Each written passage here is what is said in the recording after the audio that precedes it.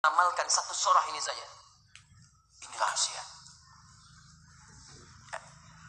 Inilah rahasia.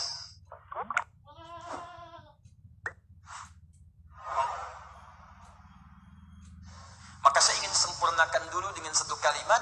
Jika sudah semua itu kita siapkan, model petunjuk dari Nabi, turunkan dari kalangan siddiqin. Siddiqin itu sederhana. Setiap Anda baca Quran, yakini, amalkan. Siddiqin itu. Misal, saya mau baca dulu nih. Saya pengen jadi orang ikhlas, baca al-ikhlas. Misal, Qul huwallahu Allahus samad, lam yalid walam yakul lahu.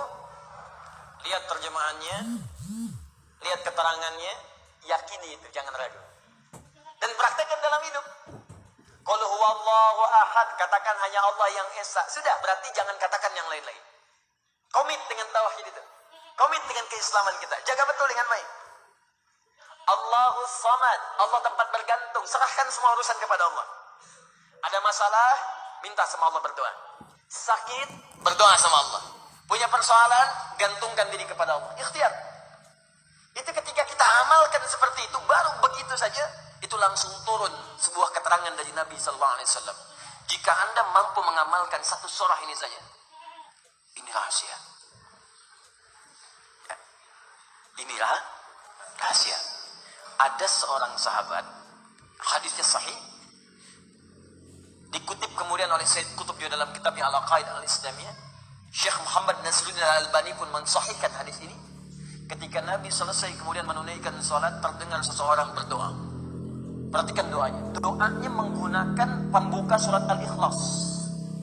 Saking yakinnya Siddiq dengan ayat ini, dan dia mengamalkan kandungan isi surahnya, dia membuka doanya dengan surah ini. Saking yakinnya dengan surah ini. Perhatikan kalimatnya.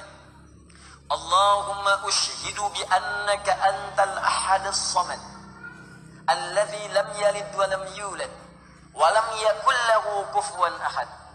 Allahumma inni as'aluka an taghfira liya. Hadisnya sahih.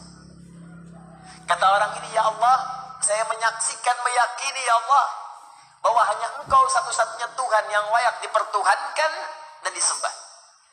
Aku meyakini bahwa satu-satunya Engkau adalah Tuhan yang menjadi tumpuan dalam setiap permohonan.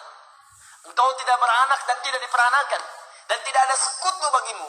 Aku enggak minta banyak ya Allah, aku hanya mohon ampuni dosa-dosaku. Begitu selesai kalimat itu diucapkan, terdengar oleh Nabi. Apa keterangan Nabinya? Perhatikan kalimatnya.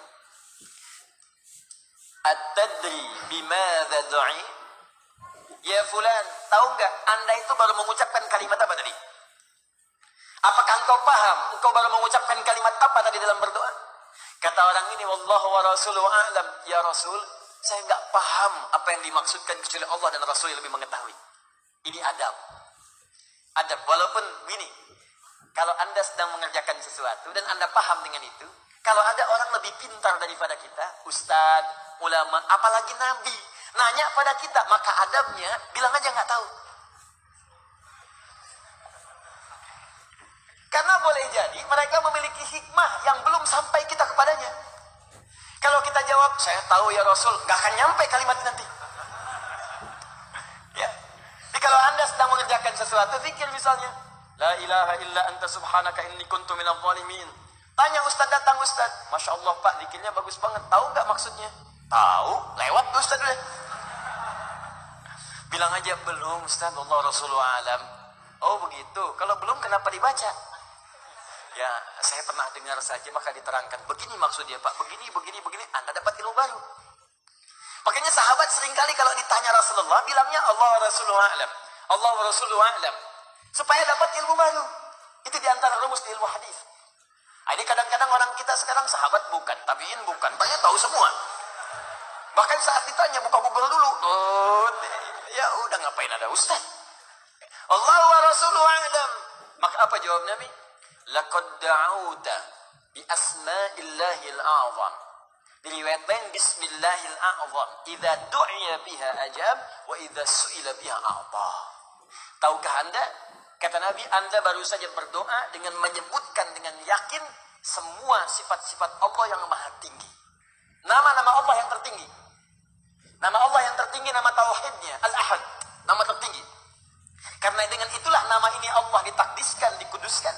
Dengan nama ini Allah disembah, dan dengan nama ini Allah dipertuhankan. Kata Nabi, Anda baru berdoa dengan menyebutkan nama Allah yang paling tinggi. Yang kalau disebutkan nama itu di awal doa, maka semua doa yang disampaikan akan dikabulkan, semua permintaan akan dijawab. Tapi apakah semua orang yang membaca doa itu diawali dengan surah tadi akan dijawab? Belum tentu. Kalau tidak ada praktek sedikit dalam jiwanya. Orang dulu minta dijawab, orang sekarang sama kalimatnya. Usyhadu bi annaka antallahul ahad, as-samad, alladzi lam yalid wa lam yulad wa lam yakul lahu kufuwan ahad. Ya Allah, lancarkan rezeki saya. Tetap aja lambat dari atas. Kenapa? Karena inti ayat itu tidak dipraktekkan dulu. Diyakinkan dalam jiwa kita, benarkan ayat itu, amalkan, pakai dalam doa. Jadi, dan itu buktinya. Kemudian apa ciri orang yang akan cepat kemudian dirahmati oleh Allah dengan menjadikan 4 contoh yang kemarin sebagai model? Nabi, Siddiqin, Syuhada, satu lagi Salihin, orang yang mengumpulkan amal soleh. Ingat, semua Bapak Ibu sekalian, ingat kalimat ini. Saya perlambat sedikit. Bonus yang Allah berikan kepada orang yang menjadikan 4 ini sebagai model dalam kehidupan, bonus cepatnya, maka amalan yang dia kerjakan akan mempermudah doa dia dikabulkan. Tadi saya contohkan Siddiqin kan. Syuhada nggak usah ditanya. Orang-orang para syuhada itu bahkan sebelum wafatnya diberikan jalan-jalan kemudahan oleh Allah. Bahkan sebelum wafat kalau benar syahidnya, itu banyak doanya yang dikabulkan. Bukankah para ulama bagian dari mujahid fisabilillah? Berapa banyak para ulama yang mengangkat tangannya dikabulkan? Imam Ahmad bin Hanbal pernah lewat, kemudian ada seorang mengatakan, Syekh, anak saya sakit, tolong doa kepada Allah. Kata Imam Ahmad, kamu ini doa-doa sendiri katanya. Imam Ahmad ingin mengajarkan, kamu kan masih punya lisan. Kamu masih punya kemudian kekuatan, minta dulu sama Allah supaya ada ikhtiar. Orang itu tiba-tiba pulang, ya dengan perasaan dia agak kecewa karena Imam Ahmad tidak mendoakannya. Ternyata ketika dia pulang, Imam Ahmad berdoa kepada Allah. Ya Allah, sembuhkan anak si fulan itu. Pulang, anaknya sembuh. Allahu Akbar. Ini doa ulama itu kalau benar kealimannya, kalau benar ilmunya dan khasyahnya kepada Allah, itu hujah di lisannya. Bahkan firasatnya nyata. Kadang dikasih dalam mimpi, kadang kemudian bermohon kepada Allah tanpa diketahui. Ada. Solihin juga demikian. Bahkan turun Quran surah kelima ayat 35. Ya. Paling kanan sebelah bawah. Ya ayyuhalladzina amanu wabtaghu ilaihil wasilah. Hai orang-orang beriman, tingkatkan terus takwamu kepada Allah dan jadikan takwa itu sebagai wasilah untuk meminta kepada Allah dari apa yang kau inginkan. Dan kalau Anda cari takwa di Quran, bentuknya amal soleh. Tidak pernah kalimat takwa disebutkan dalam Al-Quran kecuali pada umumnya akan menyebut amal soleh.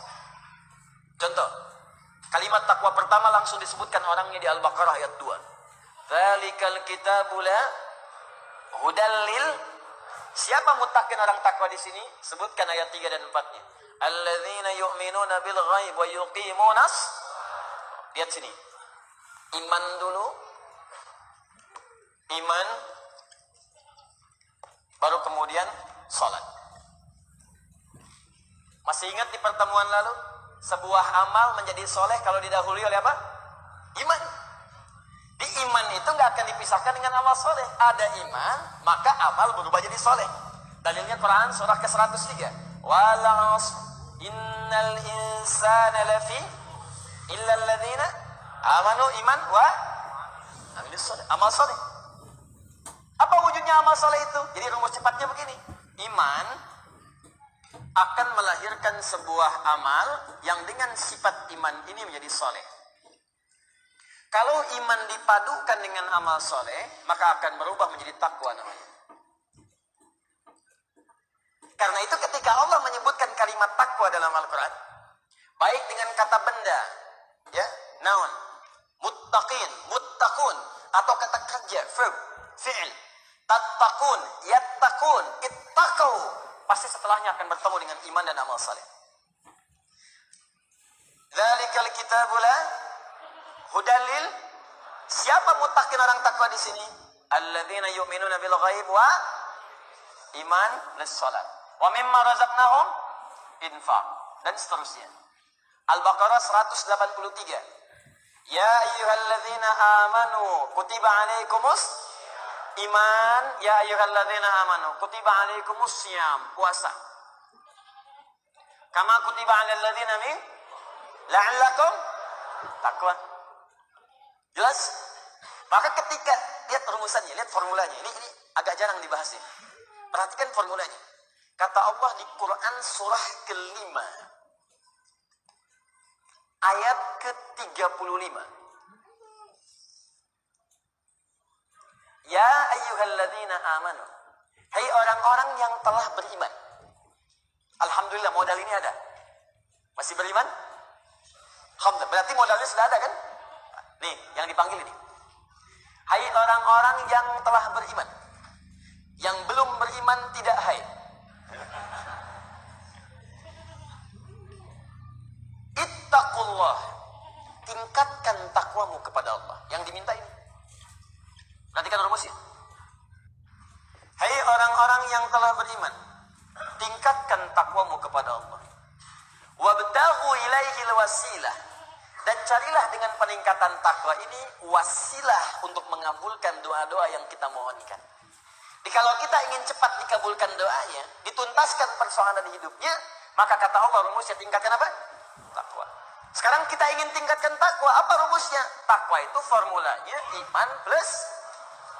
Nah, intinya di sini amal soleh. Jadi kalau kita kumpulkan amal soleh, kumpulkan, itu salah satunya ciri meningkatkan takwa. Kenapa takwa ditingkatkan? Untuk mengentaskan problem kehidupan kita. Bahkan nanti ada yang belum berdoa, saking tinggi ya takwanya, itu masalahnya diselesaikan oleh Allah tanpa dia meminta.